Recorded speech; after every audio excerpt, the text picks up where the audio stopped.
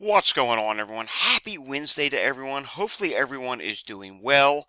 If you're being impacted by the extreme weather ongoing, hopefully you are keeping safe. And boy, do we have some extreme weather to talk about today. A historic flash flooding event unfolded in western Kentucky, portions of southern Illinois, southeast Missouri, I guess we could say as well, and parts of Tennessee overnight last night. We were talking about it yesterday that a system would unfold in this area, and boy did it ever. There are some extremely impressive rainfall totals. Take a look at the satellite picture. You can see the system is still ongoing, starting to shift a little bit more southeast. The other system that we were talking about for the mid-Atlantic region, that did unfold this morning as well.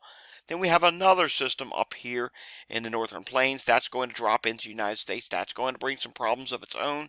And we do have a system in the lower plains today that is going to be a problem across portions of Oklahoma and portions of Kansas. So we have a lot to talk about today. But first off, we have to talk about this severe, extreme flood emergency, which is just ongoing here. You can see here. Look at all the flash flood warnings up in the Paducah, Kentucky National Weather Service office's coverage area. It's just extreme, and there's a reason for it. Take a look here. I'm going to put on radar scope, and we're going to put this in inspector mode. So you see where you see these pinkish purples? That's 5 to 7 inches of rain. But look at this area where you see red, yellow, orange. Yes, that is 10 to as much as 13 and a half inches of rainfall. There may even be a 14-inch amount here somewhere. This is just an extreme amount of rainfall, and it fell within a 12-hour time period, which is leading to devastating flooding in this area. Mayfield, I've seen video out of there. It's really extreme. I mean, this is just unbelievable what has unfolded here. And unfortunately, in some cases, let's go back to the reflectivity mode. Unfortunately, there is still some light to moderate rainfall, which continues to be ongoing in this area. So you can see the rain is continuing. And unfortunately, this is just really bad. Now, Nashville, you are getting in on some rain now as well. Let's take a look at rainfall totals in your area so far. I don't think you've seen anywhere nearly as much. No, I know you have not. But just west of Nashville, you do have amounts of anywhere from 3 to 6 to even isolated 7 inches.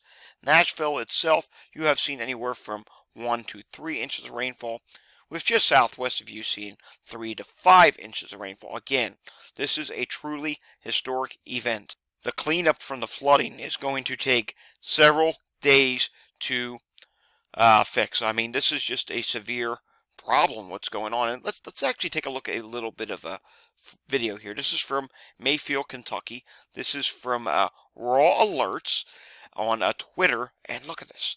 Yes, whole communities are just underwater at this time. This is just truly devastating. I mean, we knew it would be bad, but I think it's safe to say this actually ended up worse than expected because, again, I mean, some areas got over a foot of rainfall, which is just incredible for such a short period of time.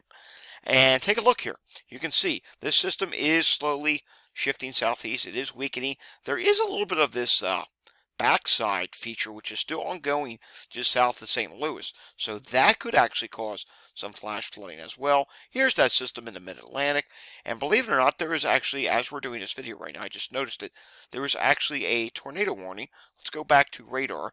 There's actually a tornado warning ongoing right now across portions of North Carolina. We'll pull up reflectivity, just take a look at that. Yep, there is a tornado warn storm for the area of Scotland Neck.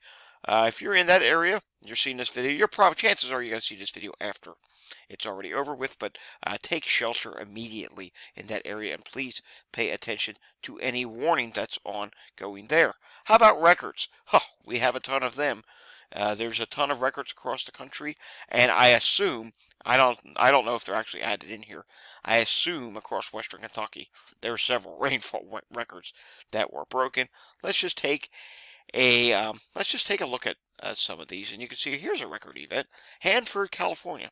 The precipitation observed at Merced on Tuesday, July 18th was 0.02 inches. This broke the old record, which was a daily high precipitation of a trace, which occurred in 1949. Now, that's not a lot of precipitation, but a record is a record. I'm just showing you examples that records continuously get broken. And remember, the West Coast is not known to be all that wet in the summertime, so yeah, it does happen. Here's one for you. Record rainfall report on July 19th. That's today. A record daily maximum rainfall was set at Albany, New York. A record rainfall of 2.31 inches was set yesterday. This breaks the old record of 1.86 inches set in 2007. So yeah, there's a lot of records being broken on a daily basis now. I mean, we're just in a period of a high number of records being broken, and unfortunately, that is just going to continue. Taking a look here at the National Hazards Map, yes, you are seeing something very interesting that's going on here on the National Hazards Map. There is actually tropical storm warnings for portions of Hawaii, as Tropical Storm Calvin is coming into the area, and it is expected to slowly weaken. It's going to provide some rain, and it's going to provide a little bit of wind. It's not going to be anything major, but hey, it's something we had to mention. Let's go back to the National Hazards Map. As you can see here, there is now a tornado watch that is up for portions of North Carolina and portions of Southeast Virginia. That's actually a little bit of a surprise. I wasn't thinking there would be a tornado potential there today, but there is. We'll take a look at the Storm Prediction Center in a moment. And looking at the south, you can see we do have widespread, yet again, excessive heat advisories and excessive heat warnings. More records are going to be broken in that department as well. Let's take a look at the air quality situation across the country. And as you can see here, there are some areas that are of concern for air quality. In the east still, I mean, again, we still have some red areas from Philadelphia on up to New York, even a few orange cautionary levels up in New England, down in the southeast along the beach areas. It's not such a pleasant day on the beach areas. You're pretty much in the haze at this point, and the rest of the country, I got to be honest with you, this is the best we've seen in a while, aside from the West Coast. The West Coast has gotten a little better because now it's wildfire season. There are some wildfires ongoing in California. Now let's take a look at the Storm Prediction Center, and you may not be seeing it here yet. Okay, there it is. And yes, there is a tornado watch that just went up in portions of North Carolina and Virginia. I mean, a part of climate change here is, and I know some people are not going to like that I'm saying this, but you know what? It's the God's honest truth. A part of climate change is systems continuously overperforming, whether it be from wildfire smoke, adding more energy, or models just not able to handle these more extreme events. And unfortunately, a big problem is we see events overperforming. It has happened time and time again this summer. I mean, obviously, to Western Kentucky, that was clearly an overperformer. We knew it was going to happen. It was just a step above what we expected, and now we're seeing another example of an overperformer. This surprise tornado watch, which is now up for portions of Virginia and North Carolina, some of this is not even in the slight risk area. Let's take a look at the convective outlook. You can see here, tornado potential is only at 2%. Usually it's about 5% when a watch gets issued, so here we go. And there's also a tornado chance today up in Minnesota and portions of Wisconsin, so that we'll be watching. There's wind potential as well, and there is hail potential in that area. Wouldn't surprise me if this gets upgraded to a potential enhanced risk, because that system entering the picture, as you saw on satellite, it's fairly impressive at this time. Day 2, look at this. We have storm potential back here in Oklahoma and portions of Kansas, again in the Carolinas, and again in the Ohio Valley. And somewhere within here, there'll probably be another slight risk that gets added, and one of these may go to an enhanced risk. All modes of severe weather are really going to be on table in all these areas. So that's something we'll have to watch as well. There is still a moderate risk of excessive rainfall for portions of Missouri, Illinois, Kentucky, and Tennessee, and that's because the event did spill over into today's forecasting period, and the rain is still ongoing, and the flooding is still ongoing, so this is of concern. There's also a slight risk of excessive rainfall across portions of North Carolina and Virginia. Day 2. We see several slight risk areas. One across the Appalachians, up into Pennsylvania. I am concerned about that for flash flooding. Also concerned about the flash flooding potential in Michigan and across portions of the plains. And yes, there's even a couple day 3 slight risks for flash flooding. Tropical Storm Don, it still exists. It's at 40-mile-per-hour winds. It's expected to remain a tropical storm and track out to sea. It's not a threat to land, and eventually it's going to go back to subtropical again next Monday. It could do so sooner. Don't know. It could also strengthen a little bit. Some modeling does suggest it may strengthen a little bit. Here's what it looks like on satellite, infrared satellite, and you can see here it is fairly impressive. And you can also see on infrared satellite that that system back in the Western Kentucky, it is starting to weaken some, so that is good to see. Taking a look at the NAM model here, starting off here, you can see the weakening of that system in Kentucky. It does happen. We may see a few more scattered pop-up thunderstorms in Harrisburg, Pennsylvania, Philadelphia, Pennsylvania, maybe Baltimore and D.C. Severe threat does continue for portions of North Carolina. That will diminish tonight, and then we will watch as this sets up. Yes, unfortunately, maybe another heavy rainfall event for Kentucky, Tennessee, and Missouri. Look what the NAM is putting out here. The NAM is putting out very heavy rainfall for portions of Tennessee, maybe 3 to 5 inches. We'll have to watch how that unfolds. I mean, it's just insanity how frequent these flood events are. And look at this on Saturday. Maybe a severe weather threat in the southeast from Alabama through Georgia and South Carolina. We'll have to watch that. It's hour 84 at the NAM, but it's definitely something that's worth watching. Let's take a look at the GFS real quickly for the extended range forecast as we get into next week. And like we have said, as we head into the weekend, look at this. Dry weather for the Northeast. Yes, a nice dry weekend for the Northeast and New England. Well needed, especially for the tourist areas. I mean, you had a complete washout back in June, and July has not been much better lately, so this is well needed. If it's a getaway weekend for you up in that area, by all means, take advantage of it. The West Coast is not going to be all that active, unfortunately. It's going to continue to be hot. LA, the desert areas, Phoenix, Arizona. Yet again, it's just going to continue to be hot. I'll show you the latest forecast from the European in a moment for temperatures.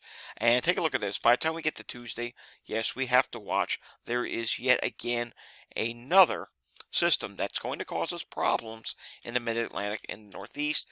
Could be a flash flood threat, especially in the mid-Atlantic. This one looks to stay a little bit more south, but could be day after day of scattered showers and thunderstorms next week. And then late next week, we do watch as this slow-moving boundary will push southeast. So that is of concern as well. Let's take a look through, just say, 276 hours. I know that's a less reliable range, but as you can see here, there is precipitation to be had in these areas. So unfortunately, after our dry weekend in the Northeast, yes, it's going to get back to unsettled, and yes, more flash flood threats. Remember, this is the GFS. It's not going to show convective thunderstorms that are slow moving. It's not going to show the exact amount of rainfall. And you can see here there is also another precip maximum out here in the plains, and again in Florida.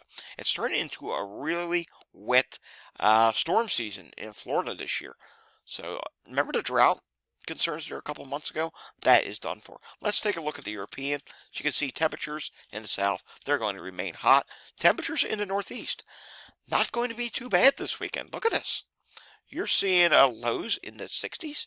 Yes, finally some cooler weather, but look out west. Wow. Southwest just day after day after day after day of highs in the 100s, which is just very concerning. Look at this. Not too bad in the Northeast, but from, say, southwest of New York, from Tuesday on, it does start to get humid again because you're going to have the dew points going back up, and you're going to have daily thunderstorms. Some places will reach 90. And finally, maybe by the end of next week, ever so slight improvement in the southwest. I mean, still near 100s, but maybe no more 110s. We'll see. Look at this. Actually, in Arizona, it does get back to 113 again next Friday. But I mean, I'm trying to be optimistic here that there'll be slight improvement. But and look at this. By the time we get into next weekend, the heat starts to build even higher again. So yeah, not good to see. Let's take a look here at the 6 to 10 day temperature outlook. You can see above average temperatures for much of the country, just slightly above average in the east. Then we come to the 8 to 14 day range, well above average in Texas, just slightly above average in the northeast, well above average in Florida, not too bad on the west coast. And here's precipitation. This I have not said in a while. Below average for much of the country, slightly above average for the Northeast in the 6 to 10 day time period. That's where we start to get in with that front. That's going to be a slow mover. It's going to take a few days for that front to clear late next week. Above average in Florida, and that's going to be the same outlook on the 8 to 14 day. I know it says near normal, but I think that'll get adjusted to above average. Above average in the Great Lakes, above average here across portions of the plains, but the southern plains is going to be below average, and as you come here to the northwest, below average, and actually slightly above average in California. Alrighty, folks, that does it for today's climate update. I know we went over a lot today. If you're being impacted by the flooding that's ongoing in western Kentucky and Tennessee right now, my thoughts and prayers go out to you.